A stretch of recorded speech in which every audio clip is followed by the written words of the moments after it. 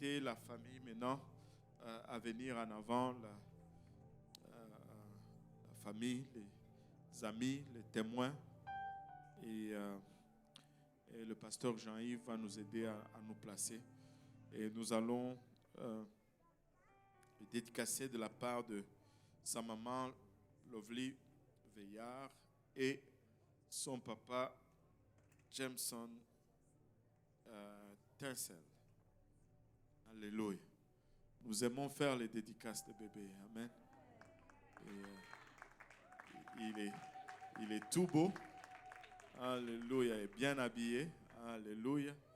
Et tout le monde est beau dans la famille.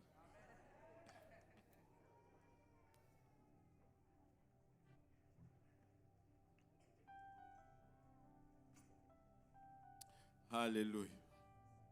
Ah, je vois maintenant.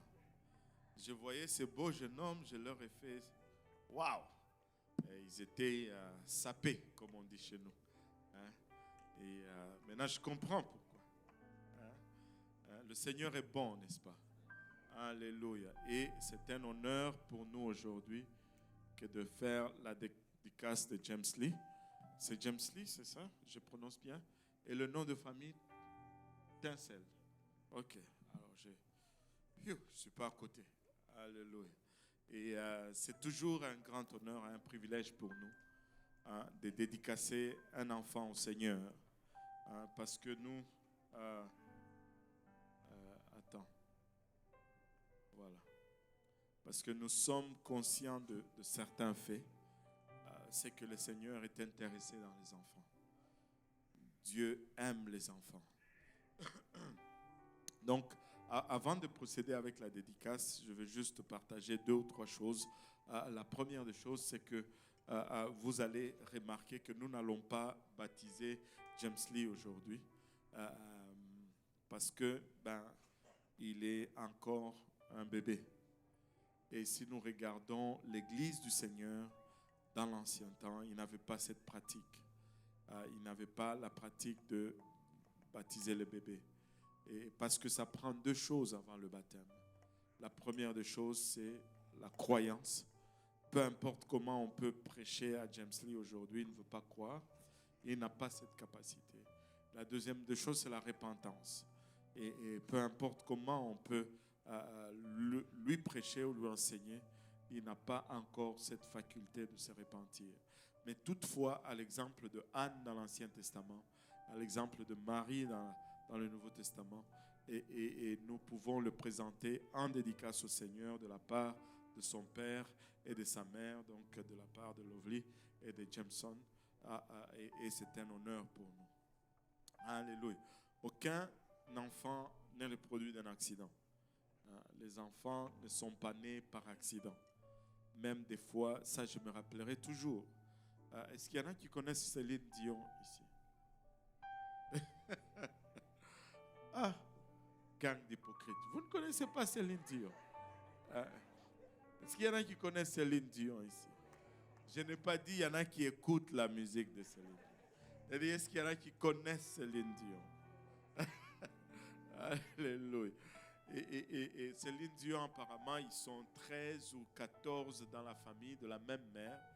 Et elle est, je me rappelle bien, la dernière ou l'avant-dernière. Et sa mère dit toujours que ils avaient arrêté, elle, c'était un accident. Mais laissez-moi vous dire, s'ils avaient arrêté, Céline Dion n'allait pas être là. Il n'avait pas arrêté. Amen. Et donc, un enfant n'est pas le produit d'un accident. La parole de Dieu nous dit dans Psaume 139, verset 13, c'est toi qui as formé mes reins, qui m'as tissé dans le sein de ma mère. C'est Dieu qui tisse les enfants dans le ventre de leur maman. Et tout enfant est un don de la part de Dieu parce que c'est Dieu qui les fait dans le ventre de maman. Psaume 127, verset 3 nous le confirme. Psaume 127, verset 3 nous dit « Voici des fils, soit un héritage de l'Éternel. Le fruit des entrailles est une récompense. » Et comme nous recevons les enfants de la part de Dieu en don, et que nous savons que tout don de la part de Dieu vient avec des responsabilités. Un jour, Dieu va nous demander des comptes au sujet de dons qu'il nous a fait. Un jour, papa, maman, Dieu va vous poser des questions. Qu'est-ce que vous avez fait de James Lee que je vous ai confié?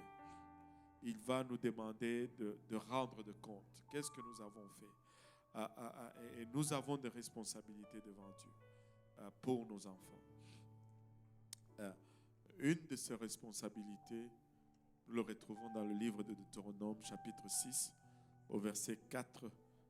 Et on va aller jusqu'au verset 9. La Bible nous dit: écoute Israël, l'Éternel notre Dieu est le seul éternel. Il est le seul éternel. En fait, littéralement, ça dit: écoute Israël, l'Éternel notre Dieu est un seul. Il est un seul. Et tu aimeras l'Éternel ton Dieu de tout ton cœur. Que tout le monde dise: de tout mon cœur. Alléluia. De tout ton cœur, de toute ton âme et de toute ta force. Et ces commandements que je te donne aujourd'hui seront dans ton cœur. Et le cœur, c'est la place où Dieu désire que nous plaçons ces commandements. S'il y a quelque chose au sujet du cœur, avec le cœur, il n'y a pas de raisonnement. Amen. Le cœur est sans raison. Les affaires du cœur, on ne peut pas les expliquer. Amen. Et c'est comme ça que Dieu veut que nous soyons en amour avec lui. Amen. Avec le cœur. Tu les inculqueras à tes enfants et tu en parleras quand tu seras dans ta maison, quand tu iras en voyage, quand tu te coucheras et quand tu te lèveras.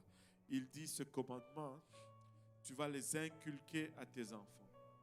Dieu nous donne la responsabilité d'apprendre à nos enfants qu'il est un seul, d'apprendre à nos enfants qui il est. Et un jour, nous allons rendre compte à Dieu quant à savoir si nous avons vraiment montré aux enfants, à nos enfants, qui il est. Amen.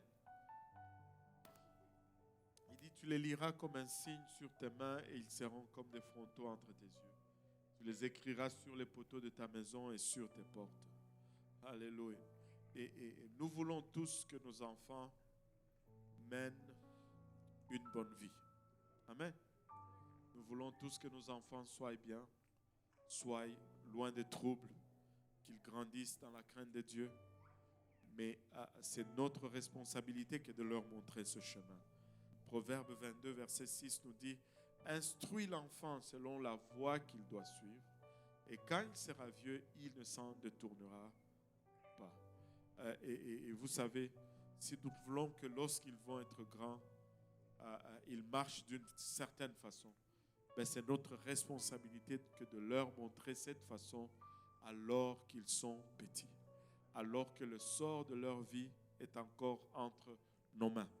Il va arriver un jour où ils vont décider pour eux-mêmes. Et je crois que ce matin, vous n'avez pas eu de difficulté à lui mettre le pantalon, la veste. Il n'a pas argumenté. Mais un jour, il va te dire: non, moi je ne veux pas porter ça. Moi je ne veux pas porter ça. Là, vous allez commencer à savoir que bon, ce n'est plus vraiment sous notre contrôle. Mais maintenant, c'est le moment. Maintenant, c'est le moment de lui montrer la voie de Dieu. Maintenant, c'est le moment de lui apprendre la bonne marche. Alléluia. Le Seigneur est intéressé dans nos enfants. Il a un plan pour James Lee aujourd'hui.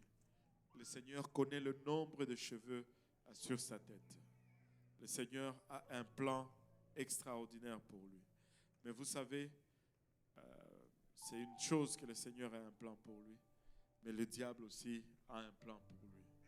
Et c'est pourquoi c'est très important de lui montrer le plan du Seigneur, afin qu'il puisse le choisir et éviter le plan de l'ennemi. On va se lever tous ensemble, Matthieu 19, et on va lire ce dernier passage, et puis on va prier pour James Lee aujourd'hui. Matthieu 19, 13 et 14, la Bible nous dit: alors on lui amena des petits enfants, afin qu'il leur imposa les mains et pria pour eux. Mais les disciples les repoussèrent.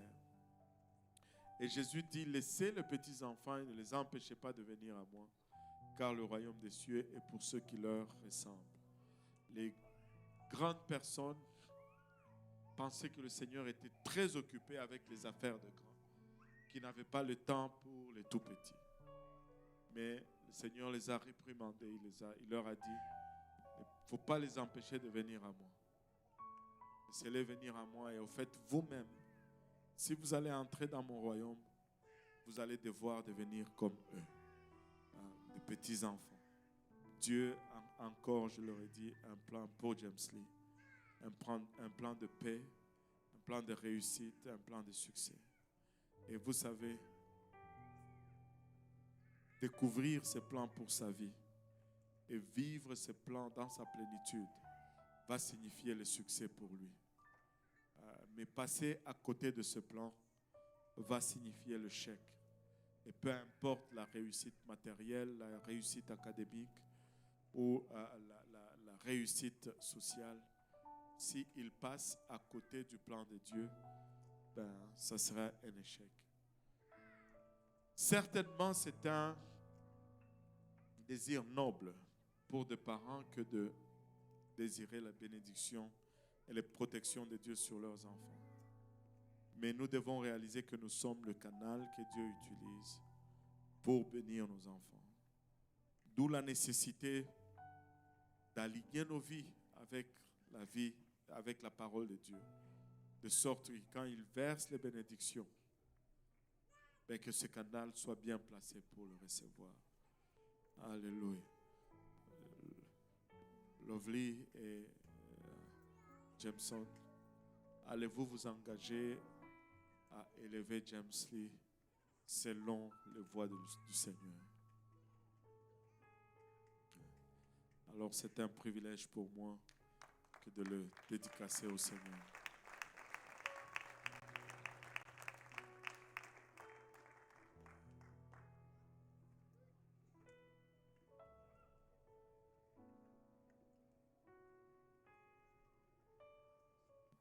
Je vais demander à mes collègues de prier pour la famille.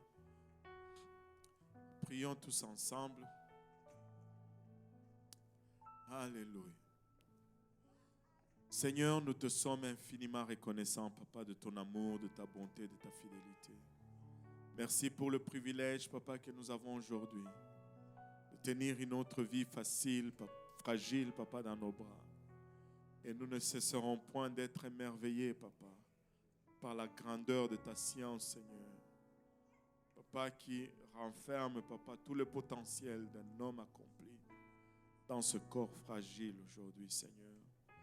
Père, alors que nous venons pour le présenter en dédicace, Papa, nous prions, Papa, premièrement pour la famille, les parents, les amis qui sont présents ici en ces lieux, Père. Que tu nous aides, Papa, à aligner nos vies selon ta parole. Père éternel, il abachata que nos demeures soient des endroits, Papa, où ton nom est regardé avec beaucoup d'estime, Seigneur. Où ta parole, Seigneur, Papa, est lue. Papa, et les chants qu'on y entend, Papa, que ce soit des cantiques en honneur à ton nom, Seigneur. Père éternel, que nous puissions avoir une conduite exemplaire pour servir d'exemple à James Lee aujourd'hui, Seigneur. Père, il est encore trop jeune pour comprendre les choses spirituelles. Papa, c'est pourquoi nous prions, Papa, que tu le protèges aujourd'hui. Que tu le gardes, Seigneur, et que tu assignes un ange pour veiller sur lui, Seigneur. Père éternel, il abachata, que tu le protèges de toute pestilence, de toute contamination, Papa, de toute maladie, de toute embûche et de tout accident, Seigneur. Papa, que tu gardes ses allées et ses retours, Seigneur. Il abachata.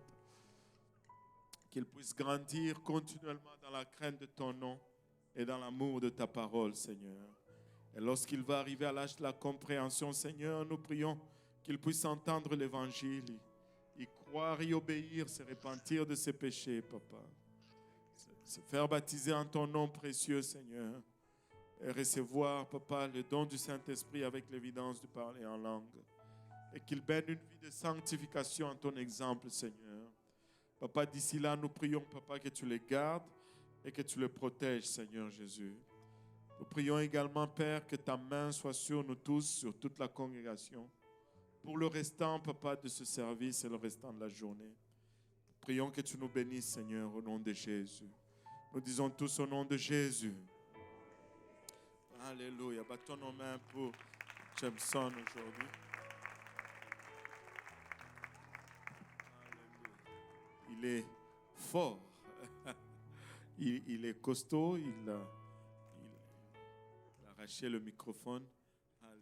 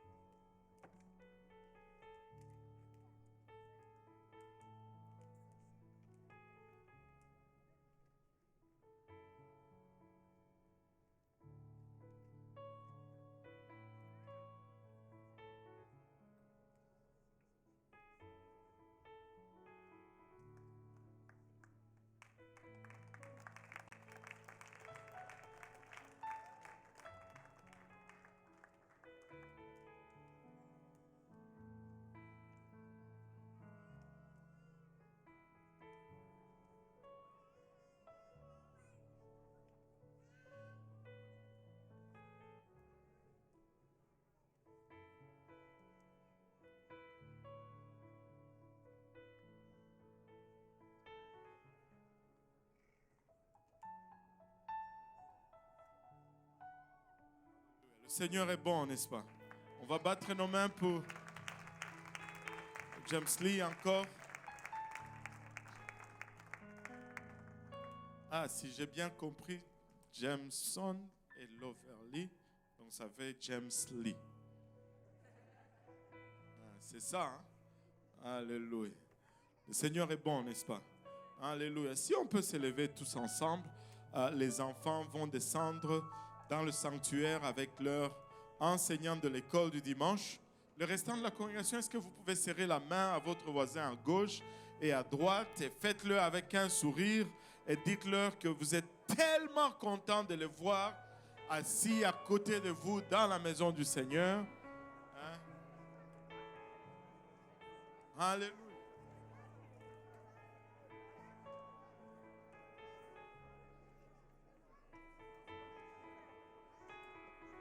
Alléluia.